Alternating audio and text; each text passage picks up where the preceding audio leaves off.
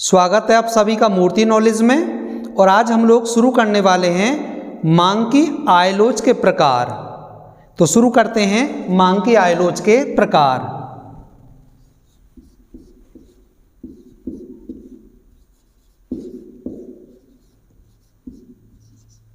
मांग की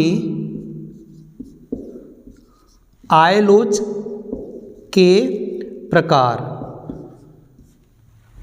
तो मांग की आयलोच को तीन भागों में बांटा गया है, यानी इसके तीन प्रकार हैं।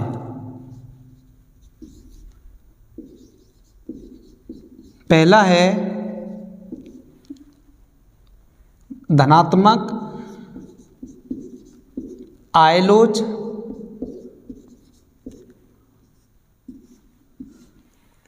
या सामान्य वस्तुओं की आयलोच। दूसरा इसका प्रकार है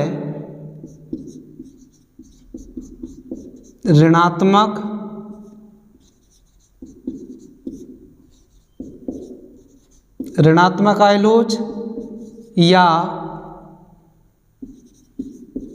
हीन या घटिया वस्तुओं की आयलोच। तीसरा प्रकार है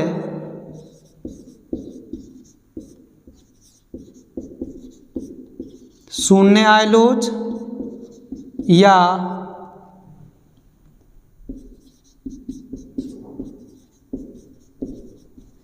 अति आवश्यक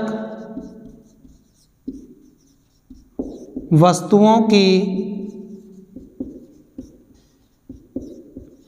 आयलोच।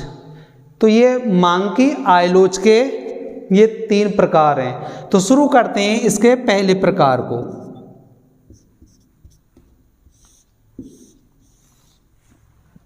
तो इसका पहला प्रकार है धनात्मक आयलोच या सामान्य वस्तुओं की आयलोच। अर्थात जब उपभोक्ता की आय और वस्तुओं की मांग में जो परिवर्तन हो वो एक ही दिशा में हो, तो ऐसा परिवर्तन धनात्मक आयलोच कहलाता है या सामान्य वस्तुओं की आयलोच कहलाता है।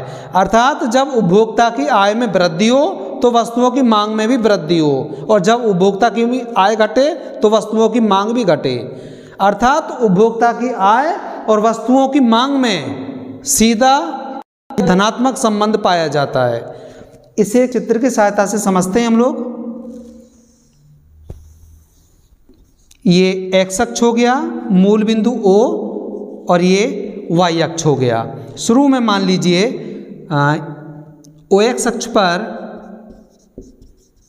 X वस्तु की मात्रा को दिखाया गया है, और OY अक्ष पर उपभोक्ता की आय को दिखाया गया है। मान लीजिए शुरू में उपभोक्ता की OP आय है, और OP आय पर X वस्तु की ON मात्रा का उपभोग करता है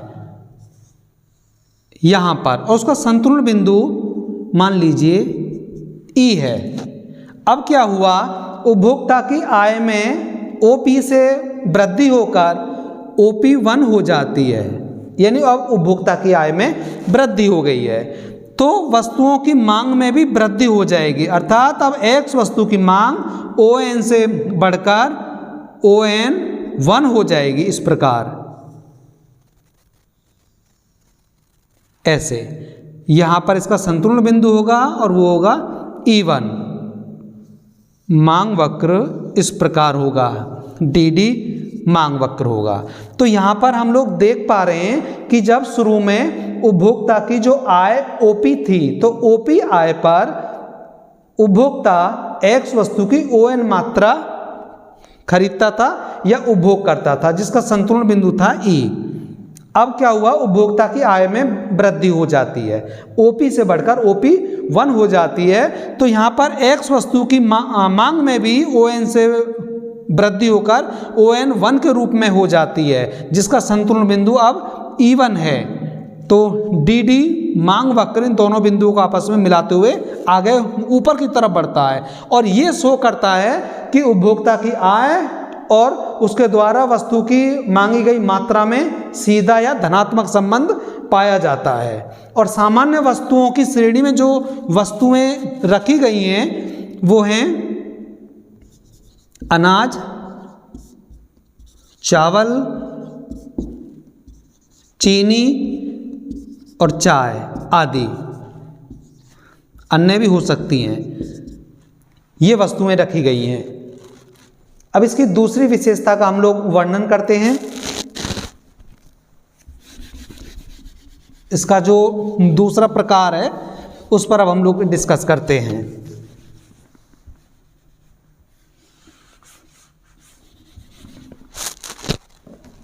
दूसरा इसका प्रकार है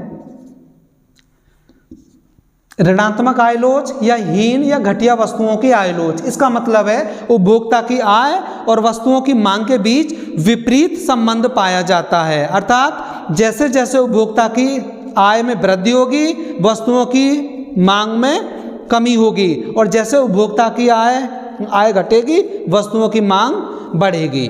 तो इनमें दोनों में विपरीत संबंध पाया जाता है।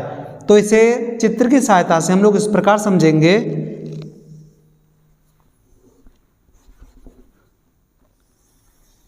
ये x अक्ष हो गया मूल बिंदु O और ये y अक्ष हो गया। यहाँ पर x वस्तु की मात्रा और यहाँ पर उपभोक्ता की आय। मान लीजिए कि शुरू में उपभोक्ता की आय थी OP और OP आय पर उपभोक्ता x वस्तु की ON मात्रा का उपभोग करता है, जिसका संतुलन बिंदु है E। अब क्या हुआ, उपभोक्ता की आय में वृद्धि हो जाती है। उपभोक्ता की आय जैसे ही OP से बढ़कर OP1 हो जाती है, OP1, तो X वस्तु की मांग ON से घटकर ON1 हो जाती है, जिसका संतुलन बिंदु है E1, लगभग पहले के आधी हो जाती है। दोनों बिंदुओं को मिलाने वाला ये मांग वक्र ऊपर से नीचे या y अक्ष से x अक्ष की तरफ या दाहिने हाथ से बाएं हाथ की तरफ जो आगे बढ़ रहा है या ऊपर से नीचे की तरफ जो गिर रहा है, ये शो करता है कि उपभोक्ता की आय और वस्तुओं की मांग में विपरीत संबंध पाया जाता है। अर्थात ये मांग वक्र ये ऋणात्मक है। इसे एक बार चित्र को फिर से देख लेंगे। जब शुरू में उपभोक्ता की OP आय थी और OP आय पर उपभोक्ता X वस्तु की ON मात्रा की मांग करता है या इतनी ON मात्रा का उपभोग करता है, जिसका संतुलन बिंदु है E। और जैसे ही आय में वृद्धि होकर OP से OP1 हो जाती है तो वस्तु की मांग भी पहले से लगभग आधी हो जाती है, अर्थात घट जाती है। जहाँ पहले ON मात्रा का उपभोग कर रहा था X वस्तु की, अब केवल ON से घटकर ON1 मात्र इतनी रही है, पहले के लगभग आधी। तो जैसे उपभोक्ता की आय में वृद्धि होती जाएगी, मांग इन वस्तुओं की कम होती चली जाएगी, और जैसे उपभोक्ता की आय कम होगी OP के बराबर तो मांग में वृद्धि हो जाएगी ON के बराबर। और इन हीन वस्तुओं में जो शामिल होता है वो जैसे मोटा अनाज,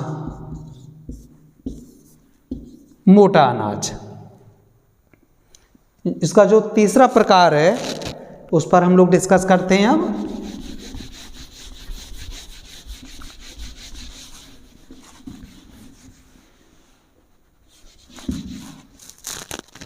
तीसरा प्रकार है इसका शून्य आय लोच या अति आवश्यक वस्तुओं की आय लोच। अर्थात जब उपभोक्ता की आय के बढ़ने और घटने का वस्तुओं की मांग पर कोई भी प्रभाव ना पड़े, तो उसे शून्य आय लोच या अति आवश्यक वस्तुओं की आय लोच कहते हैं। चित्र की सहायता से इसे इस प्रकार समझेंगे हम लोग। ये हो गया x अक्ष, मूल बिंदु O, ये y अक्ष हो गया, यहाँ पर x वस्तु की मात्रा और यहाँ पर उपभोक्ता की आय। जो यहाँ पर जो मांग वक्र होगा वो y अक्ष के समानांतर होगा। ये वस्तु की मांग है। मान लीजिए कि शुरू में ओपी कीमत पर उपभोक्ता x वस्तु की ON मात्रा की मांग करता है, या PQ, हम इसे इस तरह के ऐसे भी लिख सकते हैं, PQ बराबर या ON मात्रा की मांग करता है। अब क्या हुआ कि उपभोक्ता की आय OP से बढ़कर OP1 हो जाती है, तो यहाँ पर मांग, लेकिन मांग यहाँ पर अभी भी पहले के बराबर ही है, अर्थात हम इसे लिख सकते हैं PQ ओब्लिक ON ओब्लिक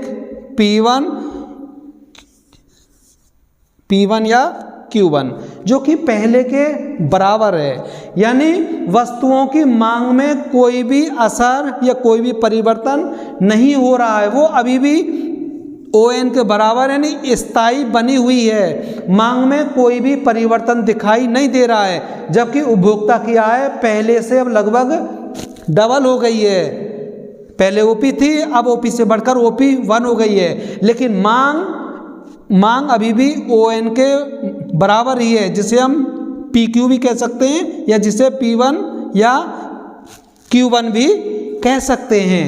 ये मांग वक्र है जो कि y अक्ष के समानांतर बना हुआ है। तो ये होती है शून्य आय लोच, जब उपभोक्ता की आय के बढ़ने और घटने का उपभोक्ता की मांग पर कोई भी प्रभाव ना पड़े, अर्थात जब उपभोक्ता की मांग शून्य या स्थायी बनी रहे। तो ऐसा अति आवश्यक वस्तुओं के संदर्भ में होता है। और इस श्रेणी में जो वस्तुएं रखी गई हैं वो जैसे नमक, माचिस आदि। तो ये थे मांग की आय लोच के 3 प्रकार, जिस पर आज हम लोगों ने डिस्कस किया।